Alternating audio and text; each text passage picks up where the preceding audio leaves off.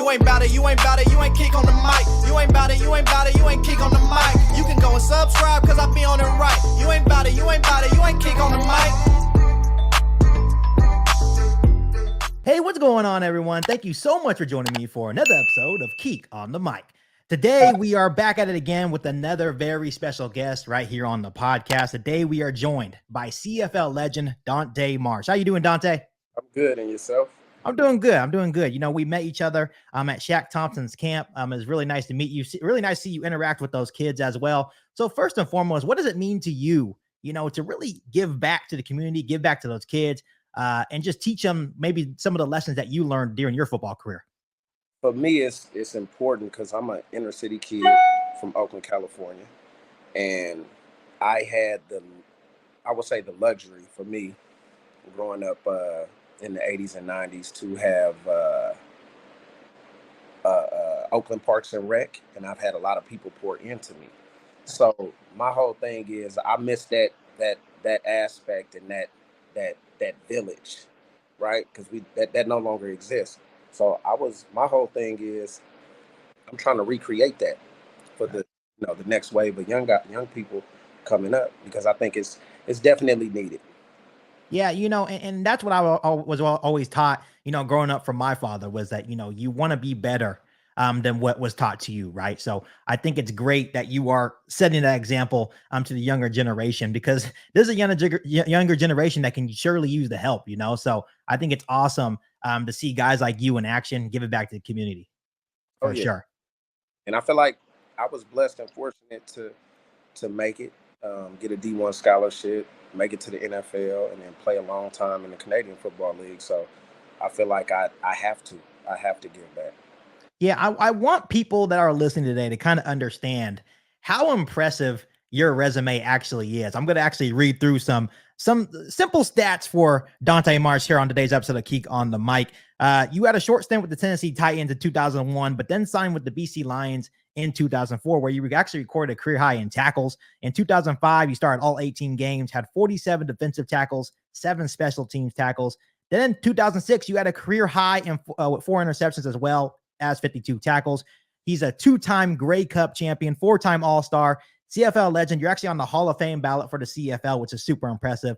11 seasons with the BC Lions and had 33 career interceptions and 3 defensive touchdowns. What I really want to discuss with you is the fact of adversity, dealing with adversity, because not everyone is able to deal with it. You had your short stint with the Tennessee Titans. Unfortunately, you got injured, but then instantly you were able to deal with that adversity and have a long, productive career in the CFL. How were you able to deal with the adversity and overcome that? To be honest, I can't really pinpoint it, because I don't know where I got that from. Maybe my mother and father, the Most High. I don't know. I just had this burning desire. A lot of people don't know. So when I went to the Tennessee Titans out of Fresno State, we had like 5 or 6 undrafted players make the roster. I was one of those guys. I ended up tearing up my shoulder in a preseason game. So they put me on injury reserve, and I sat on injury reserve for the year. And the following year, the injury was so bad, they didn't bring me back. So I missed the regular season of 01, all of 02, and all of 03. I didn't go up to Canada until 2004. So that's pretty much 3 football seasons idle, just working out, training, trying to get myself back together. And that was a very trying time. I was a young husband. My son was, just born. There was a lot going on. My dad was sick. So it was a lot of adversity, but I think, some of those key elements helped me push through, forge through, and I did what I did. And yeah, it's crazy, Dante, is that like football is like so mental. Mm-hmm. Half of the time it is very mental. NFL definitely stands for not for long, but I just find it so impressive that you were able to deal with that adversity, with all that stuff going on in your life, and were able to have a long, successful career in the Canadian Football League and end up being a legend, a well-known name, right? And now you're on the Hall of Fame ballot. Take me through those emotions that you're on the freaking Hall of Fame ballot, my guy. I'm kind of, I don't want to say disassociate myself with that league, but it didn't end the way it was supposed to end. So I mean, I'm over it, but I'm just so focused on chapter two with my coaching and training Right. and all that stuff. I don't pay much attention. But during COVID, the Hall of Fame, the people at the CFL Hall of Fame called me, got in contact with me rather. I guess they were trying to find my number on LinkedIn or whatever. So they finally caught up with me and told me, hey, good luck, you're on the ballot. So it's a very humbling feeling. Um, a lot of people don't know the CFL got some dogs. Like there's a Oh lot of yeah. guys that played in the league, that played up there, and then went up there, played there, and then made that jump to the league. The only difference between the leagues is the amount of money. Right. So instead of me making all these millions, I was making hundreds of thousands. Yeah. So Yeah. it's not. It's the competition. Obviously, being a kid born here in the United States, yes, that's the pinnacle, the National Football League. But Warren Moon is a Hall of Famer in both of those leagues. Damon Allen, Marcus Allen's younger brother, played 20 some odd years quarterback up there. He's in the Hall of Fame up there. So I got a chance to play 2 years with Cameron Wake, who went Nice. down offense and balled out. So there's, Chad Ocho came up there for a year or two and was like, yo, this ain't what people think it is. It's serious. Ricky Williams, former Heisman Trophy winner, was up there. So I say all that to say it's very competitive. People need Yeah. to watch some of those games and see the talent level. But yeah, I'm patiently waiting. And when they give me that call to get my jacket and my bus, I'm on the first thing smoking. Yeah, yeah, I see you on Instagram all the time smoking your cigars. I think you're a really cool guy. I enjoy that. You have a lot of swagger to you as well. I definitely love that. And will there be any emotions for you when you do finally get that call to make the Hall of Fame for the CFL, or is it going to be kind of like just another day for you? No, I think it'll be a combination of both. I'm people who know me that really know me know I'm so down to earth. I'm cool. Right. Like I said, it's that Oakland in me. You know? Yeah. Oh yeah. No, it'll be a lot of emotions. My father was my man's, right, and he passed away my second year up Okay. there. Fighting some kidney issues for like 7 years. So um, my mom ended up passing in 2016 of colon cancer. So like those two, just the idea of them looking down on me like, job well done, son. Not only with just the football accolades, but I went back after 16 years and finished my bachelor's degree at Fresno State. As soon as I did that, I jumped in a master's program and got my master's. So Nice. I'm just trying to check things off a list, if you will. And that would be a great accomplishment. To be in the Hall of Fame in a professional football league is phenomenal. And you're just setting examples once again, going back to the younger generation, just setting examples of what hard work can mean, what dealing with adversity can mean. And like I said, I really feel that you are the perfect example of how to deal with that. Um, I wouldn't say perfect. I say pretty damn good, but every day is a challenge, right? Every Yeah. day we wake up, when we are afforded the opportunity to wake up and chase goals, right? Like if Right. you still got, air in your lungs, and you got breath, you're breathing, you still got a chance to do something great. So I'm excited. I'm 45, but I feel like I'm 20. You know, Yeah. PE teacher at my old high school in West Oakland at McClymonds High School, and I obviously we got a training business on the side where I train and mentor young athletes, and also I got my merch. You know, Okay. how can they beat you if they can't outwork you? Yeah.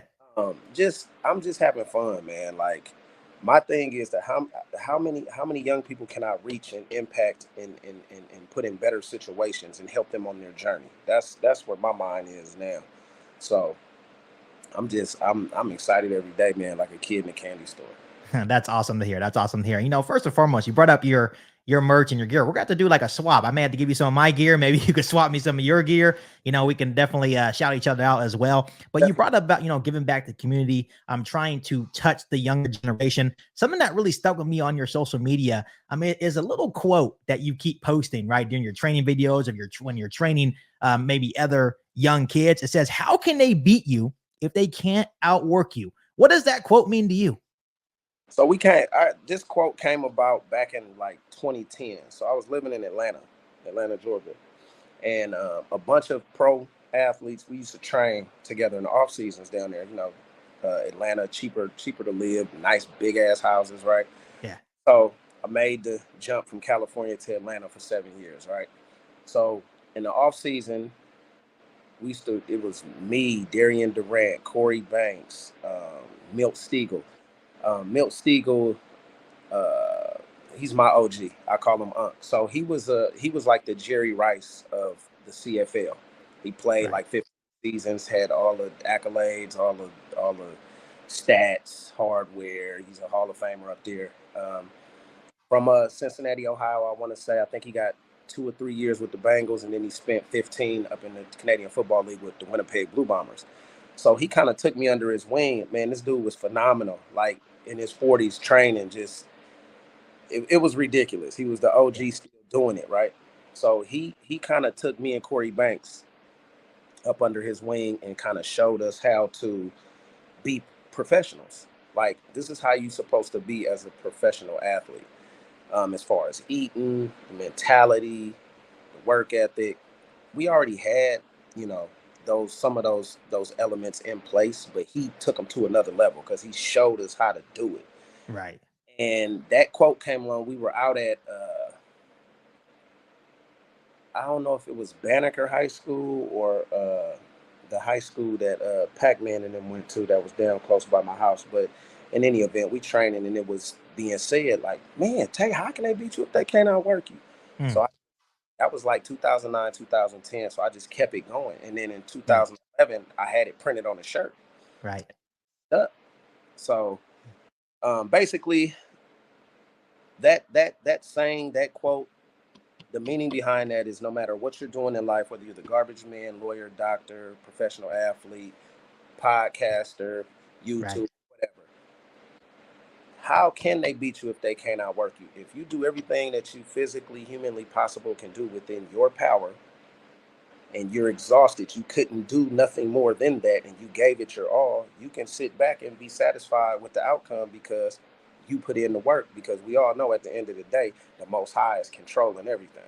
Right. So if I'm spent, I'm exhausted, right, I've done everything I can do, then that's the motto behind it. And you will eventually get to where your goal or where you're trying to get if you work with that mindset. So right. that's what I'm preaching to the people, man. That's a powerful quote, honestly, because no matter what you're doing in life, you want to be the best, but you also have to put in the work. Everything's a mindset. Like you brought up, me being a podcaster, right? There's a lot of people doing podcasts, especially NFL, Bears podcasts, right? But if you're putting in the work, constant effort, right, and you have that good mindset, no one's gonna beat you, right? No one can outwork you, right? That's the mindset you have to have. Well, and then in athletics, everybody's talented. Yeah.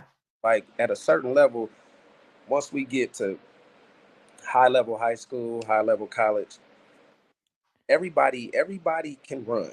Everybody can jump. Everybody got muscles. Everybody can run, hit, tackle, the whole nine, right? So as you keep going up in levels, the athletic ability gets closer and closer. The parity, like it's there. Right. Now, what's going to separate me from the rest of these guys? Yeah. Not going to outwork me, dog. Yeah. It don't matter. No. And I explain it. I use another analogy, a boxing analogy, right? Yeah. So you could be in a boxing ring with another boxer, whether it's an actual fight or sparring. You could knock me down 9 times. As long as the referee don't count me out or stop the fight, I still got a chance to give your ass one haymaker to knock you out. You know what I'm saying? Right. So, old school Rocky theatrics, right? Knocking him down. Has no quit. That fighter has no quit, right? So you still have as long as the fight is not stopped, it's not called, it's not counted, you still have a chance. So that's work without faith without works rather is non-existent. You got to put in the work. And the problem that I'm seeing in this young generation right now is that they have so many resources that we did not have. Yeah, right. People all the time say, man, I had a beeper. They're like, what's a beeper? Like, dude, there was pay phones and a pager. It was no cell phones. It wasn't right. was AOL dial-up towards the end of me getting out of high school. Right. So we had to actually navigate. We Yeah. actually had to seek things out. We had to Right. learn how to do things.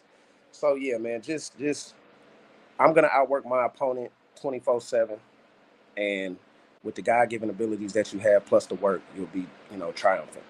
Yeah, what I learned at a pretty young age, especially when I was in my, sports era, playing soccer or doing swim, whatever it was, right, at life. I remember being young and I'm just inside playing video games. And my dad's like, "What are you doing?" I'm like, "Sitting here playing video games," right? He's like, "But you want to reach the highest level in your certain sport, right?" I was like, "Yeah."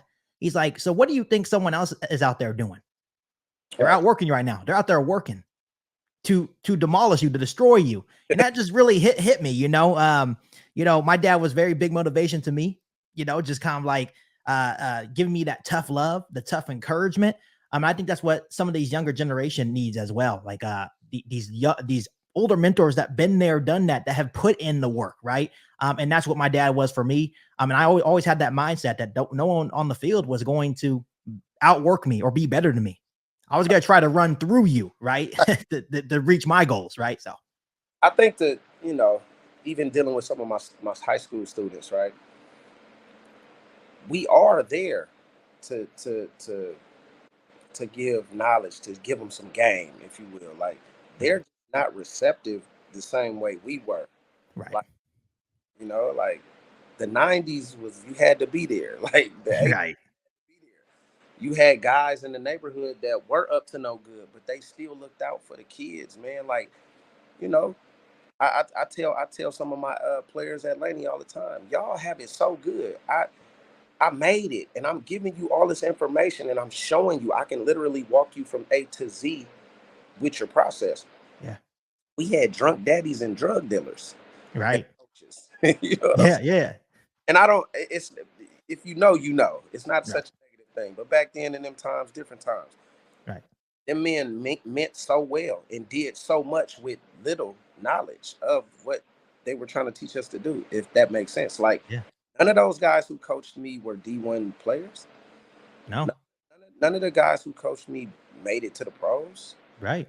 but we produced a lot of D1 and some pro guys. Yeah, That's why I can't understand how I could be a young person in 2024 with basically a small computer attached to me everywhere I go, with free marketing, Instagram, right, Twitter, things of that, LinkedIn, things of that nature, Facebook, all this free marketing, all this exposure, right. failure. I can't I cannot Yeah, get that concept through my yeah, head, because I've made 3 businesses off of Instagram. yeah. That's the crazy thing to think about. It's like, man, if I had these resources, Mhm. what could I be? You already made it, but just imagine Oh the yeah. extra dimension, to anything in your life, like the marketing aspect to your brand, just the extra resources you have. And I just feel like sometimes these kids waste it. And I'm still fairly young myself. I'm only 27, right? Oh, But I still have an understanding, right, of what it was in the 90s, because I was born late 90s, but I still have an understanding of what work it took, that we didn't have all those resources even in 97. just to put things in perspective. So my high school highlight is on a VHS tape. Yeah. When I got to Fresno State, I'll never forget. I go into the film room, just, I'm out just checking out the facility, and walking around the football building. And we go in the film room, and I look in the corner, I see hella FedEx packages not even open, thrown in the corner. And I'm like, wow, what's that? And I'm looking, and it's high school highlights, not even open, just thrown in the corner. Right. And for mine to be actually looked at, and for Pat Hill, shout out Pat Hill. We was his first recruiting class, me, myself, David Carr, et cetera, et cetera. For him to get that job and come to West Oakland and recruit me and offer me a scholarship, that was big. We Yeah. didn't have huddle. We didn't. I Yeah. can't send you okay, coach, I'm gonna send you my highlight film, and I watch it real quick through a text message. No, no, Right. they had to open that package, have a VCR, put Yeah. the VHS in, and actually watch your film. So that's that's that right there. Just it's mind blowing that the resources that are in place today and these young people, not all of them, a lot of them are taking advantage of the situation, but there are a lot that are not, and it bothers. And I just wish I can merge our work ethic, our drive, our determination, our passion, and love for something specific that we want to do, right? And get them to have that with with the resources that they have to put it out there. That you these kids moving forward should be unstoppable. Yeah. Yeah, you're absolutely right. And I was kind of just thinking as we were talking about all of this is, you know, where you came from, Oakland. Obviously I don't know a lot about Oakland. I heard that it's tough, right? To most of the time make it out. So what did that mean to you, to actually make it out of Oakland and get out of there in a way? It was big. I I have a lot of love and affinity for Oakland. I wouldn't be the person that I am today Mhm. without that city and without my parents and the supporting cast. Bushride Park, shout out North Oakland, 5900 Bushride Park Recreation Center. Um, it there were a lot of things that I should not have seen as a kid, but looking back on it in hindsight, it helped develop the person I am. Yeah. It gave me that drive. It gave me that I'm not taking no shit. Yeah. It gave me that I can be great. Um, and like I said, the Bay Area, Oakland more specific, you got the Black Panther Party, the Pointer Sisters. My high school alone, Bill Russell went to Mac, MC Hammer went to Mac. Like Nice. it goes on and on and on and on. So it's just something about the town, and it's like when you grow up in Oakland, the old Oakland, Yeah. 70s, 80s, 90s, right? It prepared you for things. I think it prepared me well to be able to handle adversity. Let me say that. Yeah, I'm gonna be honest with you, Dante. The couple of times I did go to Oakland to go watch the A's play, and we're just rolling through maybe some of the rougher parts of Oakland.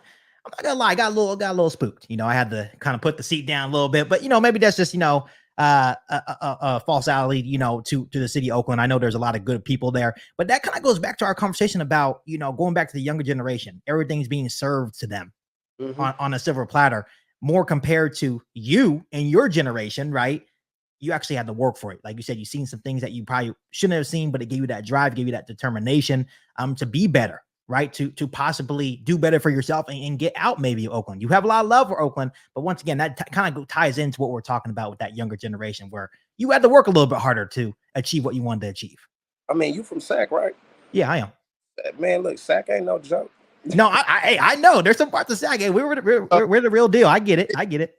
So I mean, it's tough places everywhere. The beautiful thing about Oakland is there's pockets, right? Like you Yeah. can the crazy thing about Oakland and other parts of the Bay Area is you can live on a street with six, seven, $800,000 houses all day long, and then on Right. the corner, the shit's going down. So it's so intertwined and mixed up, that you can easily, be in some stuff that you shouldn't be in if you really don't know how to navigate the terrain. Um, but yeah, I'm at a point now where I guess I'm finally, I sound like my dad and some of those guys who I looked up to growing up, and I'm like, damn, I sound like an old man now because a lot of things just irritate me and they bother me, and I see things differently. As your maturation process happens, you put away childish things. You start to understand the big picture, grand scheme of things. Like my whole thing is trying to get people, specifically the athletes that I train that are in sports, is it's all about Operation Free Education. Yeah. Would have told me 30 years ago, Dante, you have a bachelor's degree, a master's degree, you'll be teaching, you'll be a professor, you'll be coaching junior college football, you'll be helping young people get Division I scholarships, you'll be doing speaking engagements, you'll be selling. I would have told you, yeah, right, whatever. you know, Yeah. Yeah. I kind of reflect on myself when I'm driving and just like, damn, man, I came a long way. I'm kind of proud of me because I could have went. in so many different directions, and a lot of those directions were negative or could have been negative, right? But I had something was, inside me to push me into, man, I'm trying to be great, man. I'm watching a Chicago Bear game with my daddy back in like '85. I was a big Yeah. fan. There we go. After we stopped going to church, we used to go to church every Sunday, and then that kind of fizzled out. Me and my daddy watching NFL football. And he like, Dante, go downstairs and get me a beer out the refrigerator. Daddy, time me. I'm a commercial. I'm gonna run downstairs and get your beer. The Miller High Life. Yeah. Yeah. Get your beer. Time me. I'm gonna be back before the game come back on. He's like, you better not shake it up, right? So I remember that vividly, and I'm 45 years old, and I had to have been 6 years old at the time. So it's funny that I kind of manifested that by speaking that into existence way back then. Like I'm gonna be in the NFL. I'm gonna make it. I'm gonna play football. And back then I'm a little kid, so my daddy like, yeah, Dante, whatever. Like, whatever, you just talking. But in all seriousness, man, I wanna speak on that for a second. Like the young people, we gotta have mentors. You gotta get mentors. I tell them all the time, the most important thing that you can get or you can have at this stage of your life is a mentor, somebody you got admiration and respect for that's done what you aspire to do, right? Get with those guys or women and get with them and learn and soak it up. Right. Be a sponge, because that's what's going to take you to the next level. Yeah. And we got enough rappers. I don't want to see no more rappers. Got enough rappers. We need, in all seriousness, we got enough athletes. Yeah. I'm teaching, use the athleticism, the God-given talents that you have, max them out and use it as a vehicle to navigate you through life, right? We're going to get degrees with this athleticism because mama and daddy didn't have no bands to send me to college. So I had to get it on the field, right? Right. And that's the start of it. We need more district attorneys. We need more, in my honest opinion, lawyers. Yeah. Chiefs of police, judges, doctors. We need financial advisors. We need more of us in those areas, because those areas, politics, those are they make a lot of decisions that impact most of us.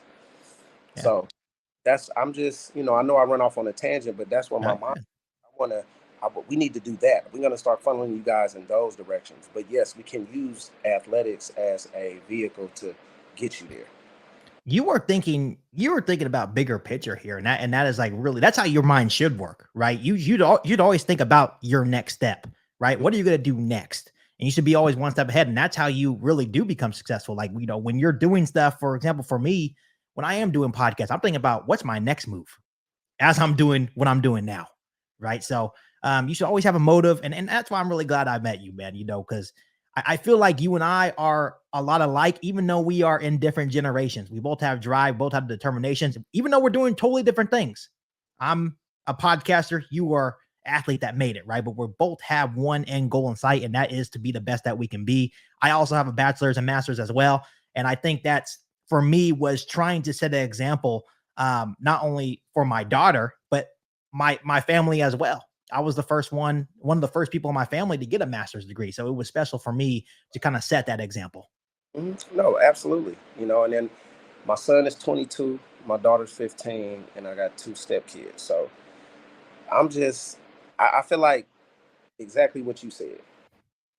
If here's how it is, the better position that I am in, the more I can do for others. Yeah. So it goes one and the same. It's not so much for selfish motives or selfish reasons. It's more so, hey, if I got more of this bag, I could give more of it away. I could help other people in better positions. So that's what excites me and wakes me up every morning at 45 with so much energy and positive outlook on life. It's like, man, I still got chapter 2 finna be better than chapter 1. Right. And, I see your Instagram post, bro. I see you be lifting in there. I saw you on that little balance, little ball thing, and I'm doing squats. I'm like, this man's 45. Like, come on now. Some of my students couldn't believe it. The only way they could tell, because I started getting grays in my beard, they was like, Coach, you what are you, 30? I'm like, nope. It's like 33? No. 35? No. 37? Nah. 40? No. Man, get out of here. Stop playing. I'm like, yeah. So just trying to take care of myself, man. Still get to it. I'll be an athlete forever to my last breath, deep down inside anyway. And just Right. my other thing was when I got into to training, right?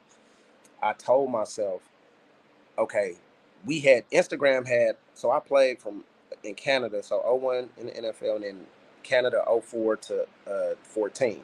So Instagram had just really started getting rolling like Right. 2011. So I had 3 years left of playing in my football career, and when Instagram just really started hitting it and getting it. So it was like 15-second videos. It was, the platform wasn't anything like what it is right now. Right. Used it. I'm not a marketing major. My bachelor's is in sociology and my master's is in strength and conditioning, kinesiology, right? So I just, once again, having that Oakland in me, I got a hustler mentality. I was like, man, you know what? So I'm still playing. Go to the, I used to be the first one in early in the morning before meetings, lifting weights, right? So I'm in there, got my shirt off, playing Rick James and Tina. All the young guys get mad at me because I stopped playing rap and play old school R&B. Yeah. And they're like, man, you put your shirt on, man. You always in here working out. You on with your shirt off. I said, man, I don't understand, right?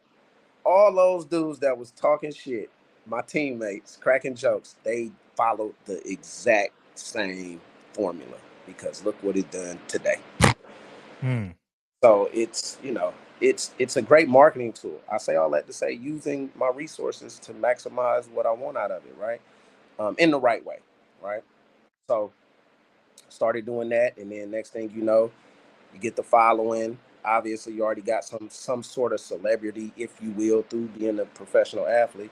And I'm just using that platform to get across what me and you just talked about. Right. Dante, you are a great guy. You have everything going for you, and you're just setting everyone else up for success. And that's what is so great about this conversation, learning more about you, not learning just about the athlete in your career, but learning more about you and what you are trying to accomplish. And if you're not already there, you are damn close. So I commend you for that for sure. I appreciate it, man. It's nick them till you cut them, keep chopping. Yeah. Rome wasn't built in a day. And you gotta, you can't take an elevator to success. You gotta take the stairs. So I'm not. I know things take time because I've done it in chapter 1 football career.